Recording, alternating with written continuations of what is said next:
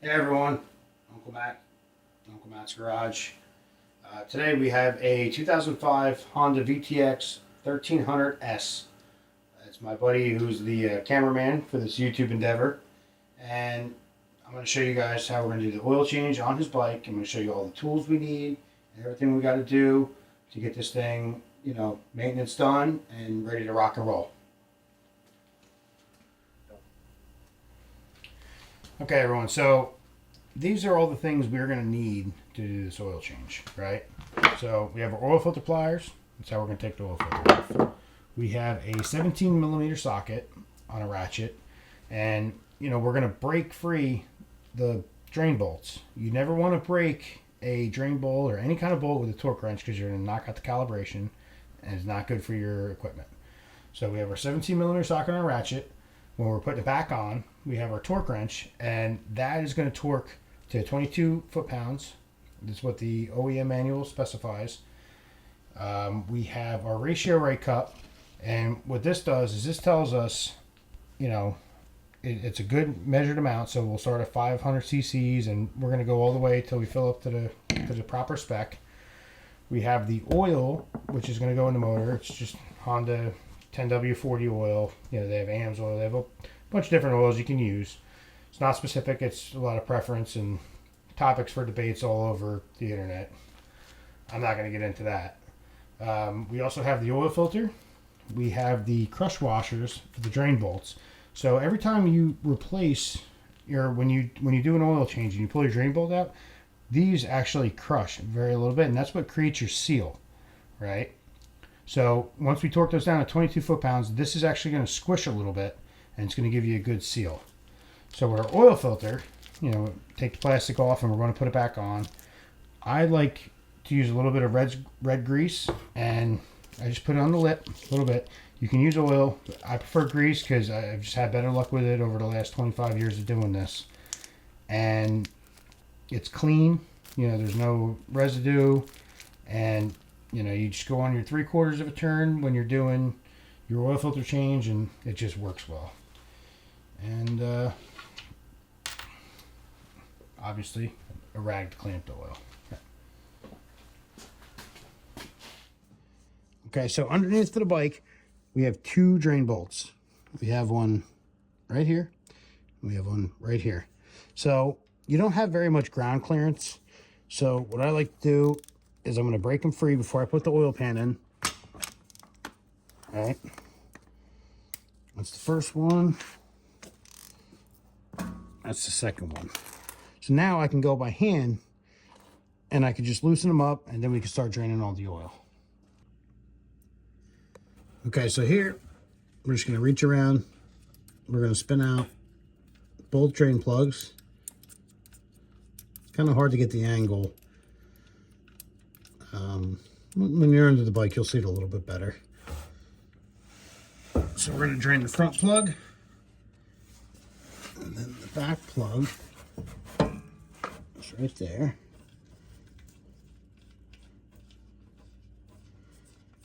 Now you want to do this with the engine warmed up so the oil flows, but not too hot to where you're going to burn your hands.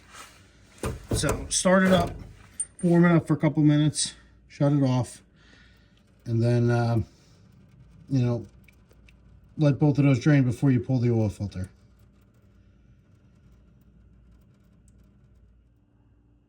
Okay, so now we're underneath the bike. At the very back of the engine is the oil filter. So we're going to take our oil filter wrench. We're going to crack that free.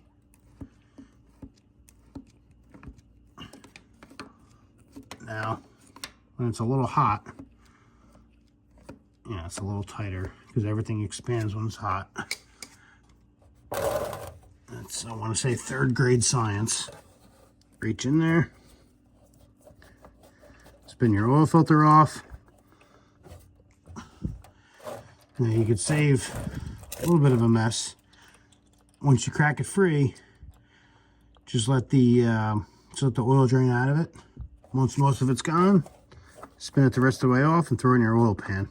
Now the oil pan I have is a very shallow pan.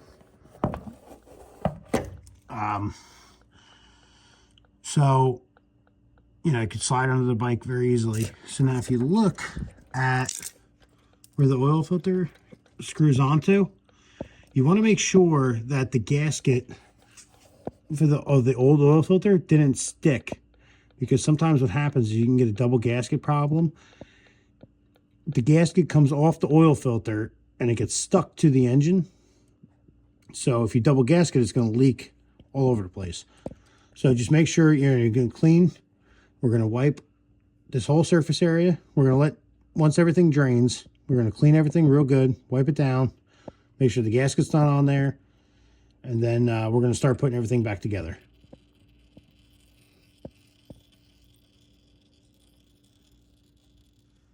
Okay, so now all of our oil is drained. We're going to get in there. We're going to clean that gasket surface really well.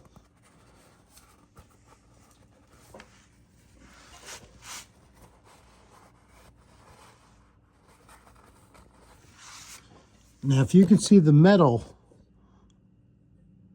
that means, you know, you don't have a gasket there. It means you're nice and clean, right? So now what I did off camera is I took a little of that red grease and I lubed up the O-ring, right? Made it just a nice thin layer. You don't need, you know, a crazy amount of oil or grease on there. And just enough to where, you know, she's going to give you a nice good seal.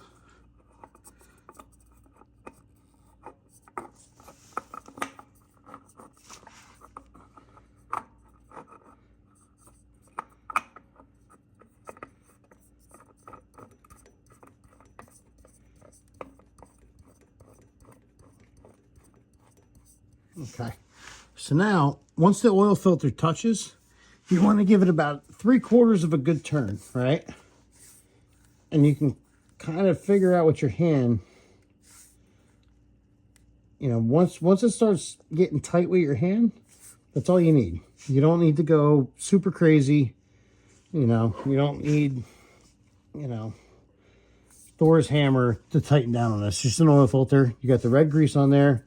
It's going to slide in real nice, and you're going to snug it. And that's all you need to tighten up the oil filter. Okay, so now it's time to throw the drain plugs in. So what we want to do is we want to just take a rag. We want to wipe that down really nice. All right. Now what I did is I threw the new copper washers you're supposed to get. Well, this is like an aluminum washer. You're either going to get copper or like an aluminum. The idea behind the washer is it actually crushes when you torque it down the spec, and that's what gives you your really good seal, right? So we took off the old ones. It was a little bit of a fight to get it off. You know, I had to get a flat blade screwdriver in there and just kind of work it off, and then I could spin it once I get my hands on. And then, you know, by hand, you should be able to thread that in all the way, right? So this is your first one. This is the front cover. Now your second one, we're going to repeat the same exact process. Going underneath, wiping down all the oil, making sure she's nice and clean. All right. Throwing that in there. You can thread it all easily all the way up until you feel it stop. So you want to make sure you don't have any kind of dirt or grit or anything on there, because it's not going to give you a good seal. You're going to leak oil, right? So now, you know, by the book, we're going to go to 22 foot-pounds of torque on this drain bolt, right? So I have a clicker type torque wrench, all right? And we're just going to go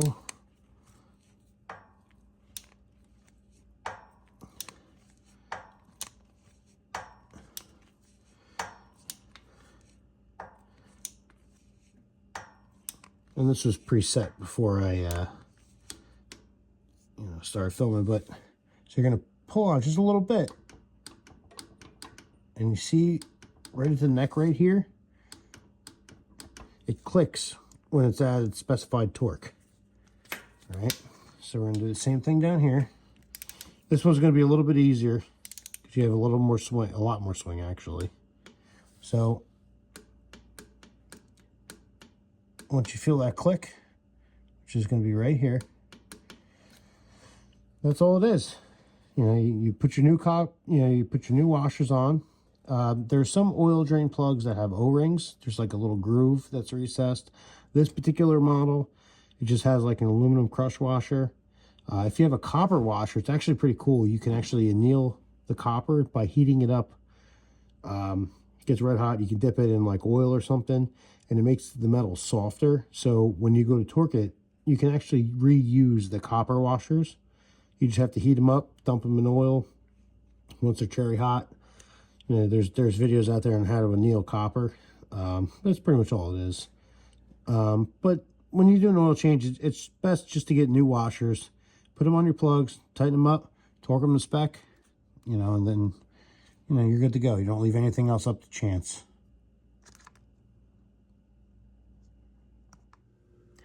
Okay, so in the service manual, you're going to see the oil capacities for filling everything up, right? So 3.5 liters if you just drained it. It's 3.7 liters if, you know, what we just did is we did the oil drain and the oil filter change. Now, if you were completely disassembling this engine, that would be the 4.3 liters. So we're going to shoot for the middle one. It's 3.7 liters. So now in the ratio rate, it's a little bit easier. You want to get one of those ratio rate cups because they're so much easier to deal with. They give you, you know, the imperial system, they give you the metric system. It's just easier doing everything with the metric system in this particular circumstance. So 3.7 liters, right? The ratio rate is going to go up to 500 cc's. So 1,000 cc's is 1 liter, right? So we're going to fill up 500 cc's of oil in a ratio rate, right? So 1 liter would be 2, 2 liters would be 4, 3 liters would be 6. So we're going to fill it up to 500 cc's 6 times. So now there's another additional, that 0.7 is going to be 700 cc's of oil, right? So there's different ways you could do it. Easiest way is go another 500 cc's, then you only have to add 200 cc's of oil, right? And it's just really a lot easier. You're going to fill it up 7 times to 500 cc's. Then the 8th time you fill it up, you're going to go 200 cc's. You know, and then we're going to start the motor up, you know, because all the oil has to circulate throughout the engine. And, you know, once you start it up, you're going to let it run for about 10 seconds. You're going to shut it off. You're going to let all the oil flow down to the bottom of the motor. And then, you know, give it like, you know, 2 minutes or so, right? We're not in a huge hurry. We're just changing oil on our motorcycle. And then we check it, and then we're just going to top it off. And that's all she wrote.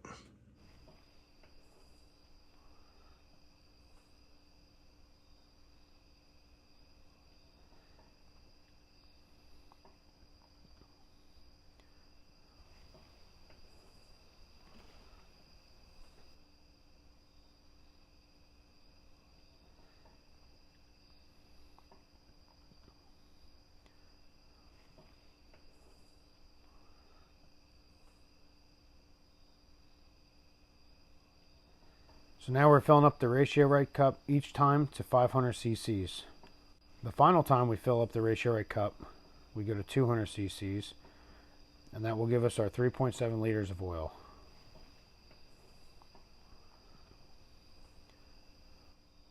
We are then going to start the engine and let all the oil circulate.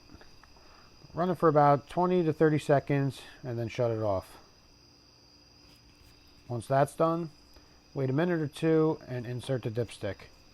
When you pull it out, it should be close to the upper mark. Okay, so now we're inserting the dipstick. We're checking our oil level.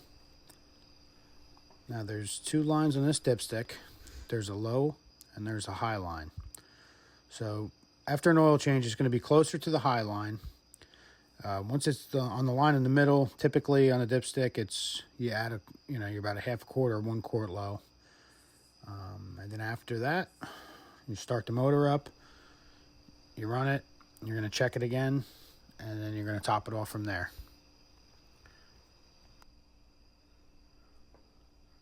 That's it for the oil change on the 2005 Honda VTX1300s. If you like what you saw here, click like, subscribe, and share for more videos like this. Okay, everyone. Take care.